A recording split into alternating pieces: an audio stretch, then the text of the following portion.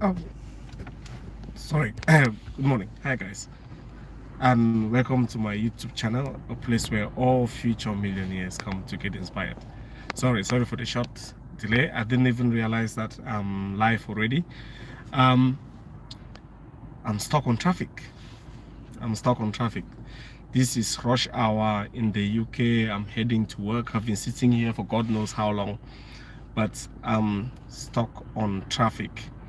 Can I say I'm not just stuck on traffic, but the traffic is really heavy, so I don't know when this traffic would start moving again. It's really terrible. But I'm alive. That's the main thing. So I've been driving this morning. I left home very early because I'm working in another city or another town, and it's definitely not easy traveling from one town to another. The roads are good, yes, but there are also a lot of cars. Concentration have to be there, but you know how it goes. A lot of challenges also happen when you keep driving on the motorway day in, day out. So at the moment I am stuck on traffic, but it is not a common thing to be stuck on traffic. We get stuck on traffic now and again, but this one is really heavy. When you talk about heavy traffic, this is really heavy. I'm heading to work. There have been a lot of accidents on the motorway. I pray and thank God for safe journey. I pray for safe journey for every individual who is heading to work this morning. I've spoken to a few friends and family as well who are also on their way to work.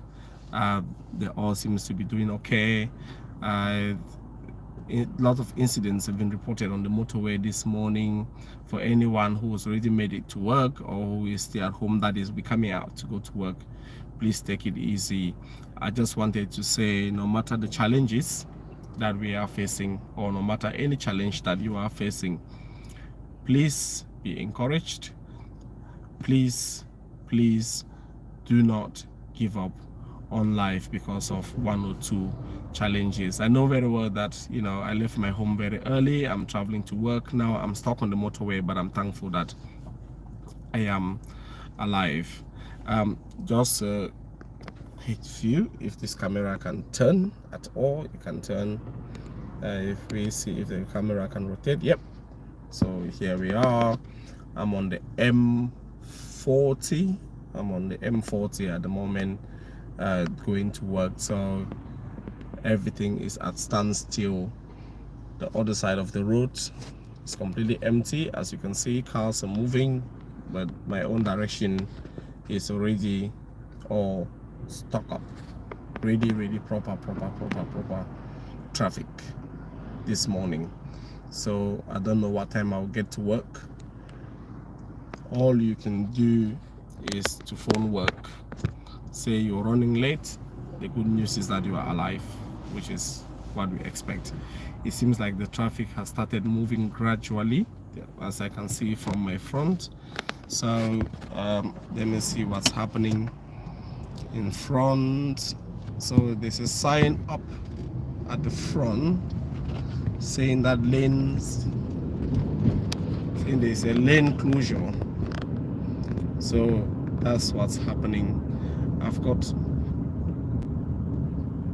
oh yes, so one of the lanes have been closed.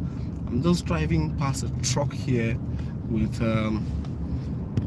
dream cars, my dream cars. Oh yeah, 4x4 pickups. Those are my dream cars. For anyone who knows me very well, they know that I love a pickup truck, but I can't afford it, not at the moment.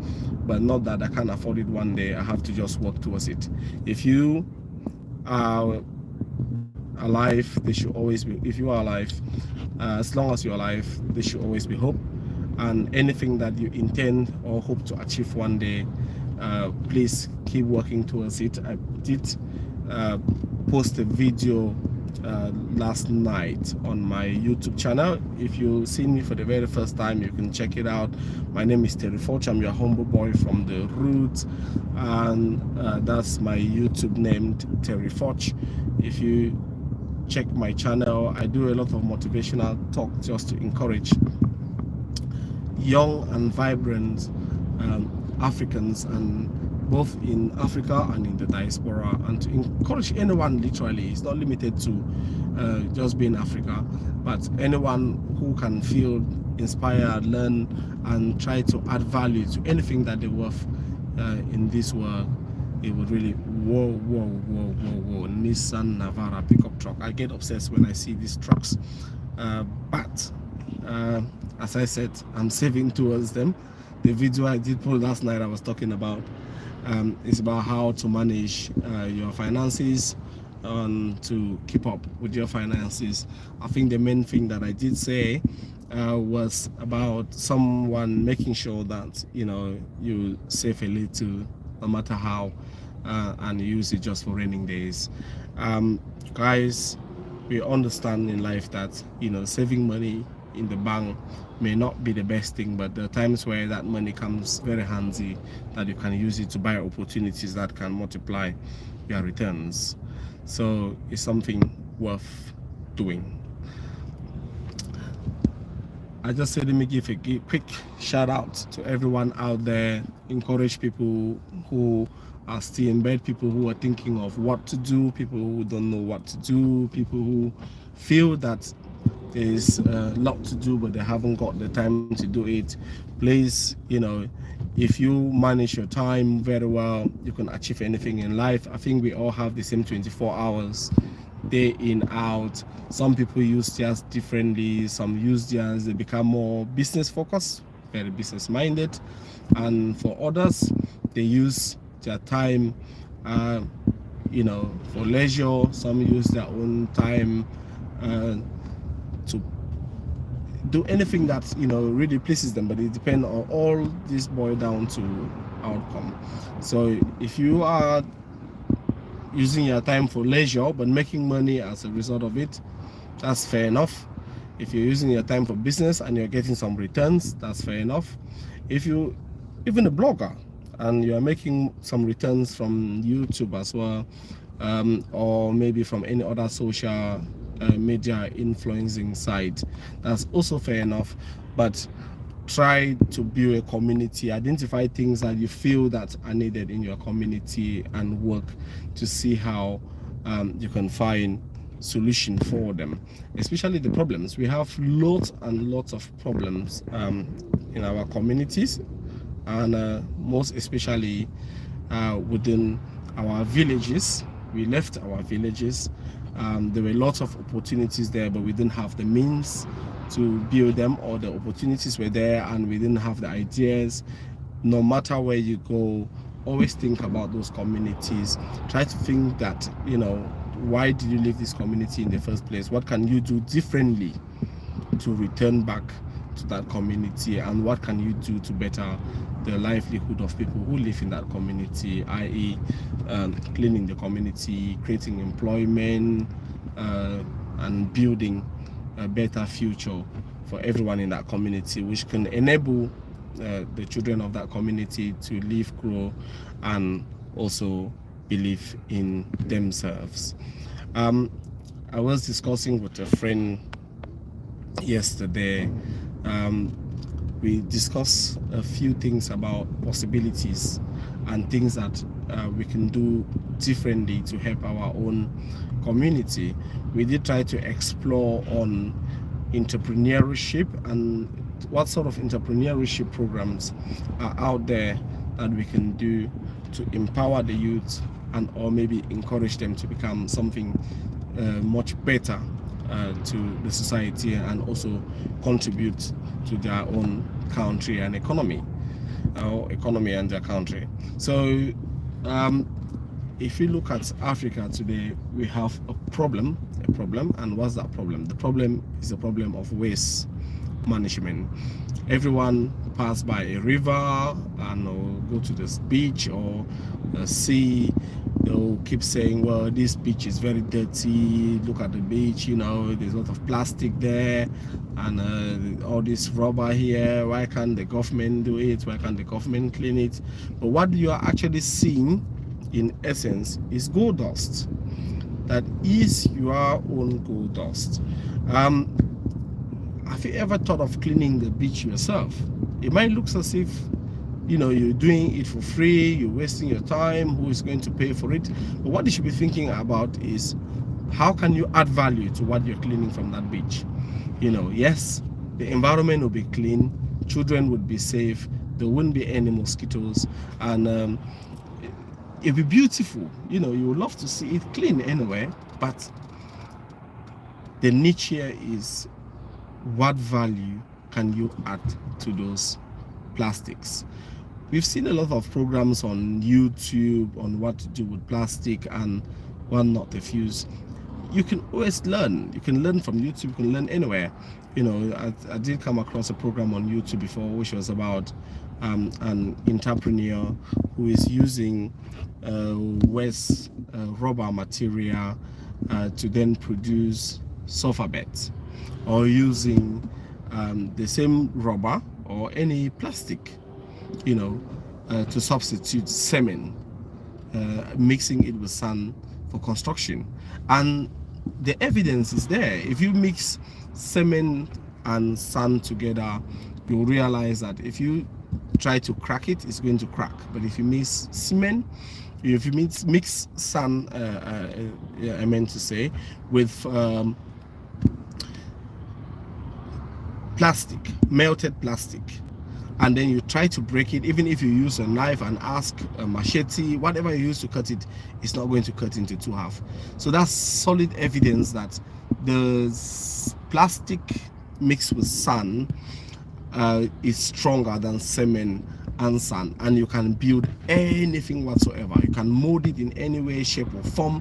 You can even mold it in a way that you just stack them together, as opposed to using another sand and cement to construct that building. You just pack them up together and build a house.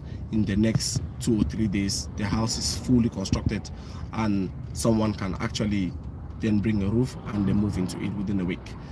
But when it comes to brick and mortar, what happens is, you know, you have to wait for it to dry, then before you can even go even higher.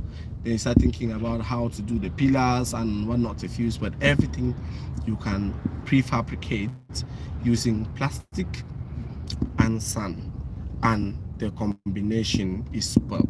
It works really, really, really well. There are lots of things that you can explore to do with plastic. Have you ever thought of the fact that, you know, Africa or Cameroon, where I come from, we have a massive plastic rubber plantation everywhere, but you can't imagine that we import tires. So we import tires in Cameroon. Majority of the tires are imported, and we focus on using, and these tires are mainly second-hand tires that they've been used with cars from different countries, and they don't know exactly where to keep them or to throw them, or probably they know exactly where to throw them anyway, but they don't want to pollute their environment, or they don't want to melt those tires within, or recycle those tires within their country. So they would rather ship them and sell them to different countries, and Africa become the victim. So the same Africa who sent the raw material to different countries for them to fabricate these tires end up buying second-hand tires from those same country, even more expensive than the raw material that they send, after their raw material has been processed into brand new tires. And now the tires have already been used, now reconverted into old tires, and then they sell to them even at a higher cost, more than the material that was exported in the first place.